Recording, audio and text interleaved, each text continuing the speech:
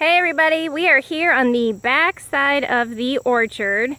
This is the area that we smothered long ago thinking that we might get a high tunnel in here, for which we're ever grateful we did not.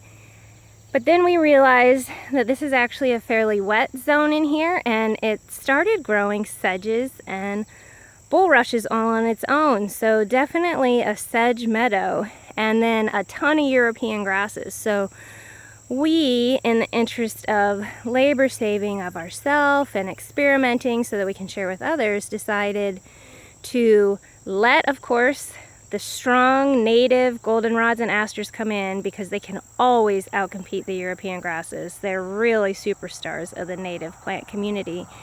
And then also plug in along the edge some native plants that we grew to see how they could compete with those European grasses. And so I'm gonna just walk along the edge here and see what you think. In view here we have green-headed coneflower and tall coreopsis, both yellow, both super showy, super beautiful, loved by bees, and oh my gosh, the goldfinches love the seeds of that green-headed coneflower. Now here is a goldenrod we did plant because it's not as common. It's a showy. I'm not sure whether it'll hang on in here, but we're gonna find out. Remember, it's all about experimenting and seeing what these plants can do, because I think a lot of them are a lot hardier than we think. Some definitely aren't. And we've tried those and we've lost, and we've decided not to do those. So we're all about the ones that can hang in this sort of recovering ecosystem. So this is boneset and cardinal flower and the end of Queen of the Prairie. It's already going to seed. That is a really hardy one, which we're super impressed with. Oh, and here, remember I told you those sedges? Here are some of the seeds of the sedges. Beautiful. Birds love those seeds. We've got Physostegia, or obedient plant. That's the one where you can push the blooms and they'll stay where you push them, hence the name. Joe Pye weed. We have some wing stem in here. Wings on the stem, hence the name. And it's just putting on some buds. False sunflower, that's another yellow one. Look at these Joe Pies, and that tall coreopsis, that's nuts. I think that's double my height. It's so neat.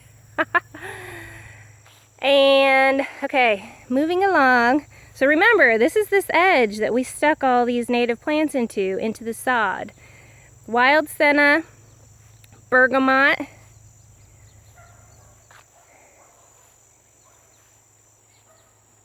some rosin weed, and yes, some Queen Anne's lace. Not a native, but we don't worry about that one here. It's just a plant that as always seems to be around and doesn't take over and feeds the black swallowtail caterpillars. So totally welcome here. And you'll see this edge is a spot where I didn't really tuck much in, and we have a lot of European grasses. And that's okay, because the one thing to remember is European grasses, when they're tall like this and not being mowed every week, feed a lot of our native skippers and butterflies like the common wood nymph. They're not particular whether it's a native or non-native grass. So if you still have some European grasses hanging on in areas, don't worry about it. There's giant ragweed, and we've showed you in the past how we learned what great bird food that is, and it is a native plant. And yes, the wind pollination can be bothersome to some, including me, but the trade-off is totally worth it for us because it is really good bird food. Purple giant hyssop. Echinacea. Echinacea has not always been the strongest plant here in competition with others. And I don't know if it's just soil types or whatnot, but this patch is doing okay. And so let's just take a look back. What do you think? Success? We are pretty wowed at how these plants are doing here. We did the same thing on the opposite side, sticking in native plants to sod, and awesome. It is working well, folks. So If you can let go of a little bit of that control that every last plant has to be native, you're gonna come up with huge, huge rewards.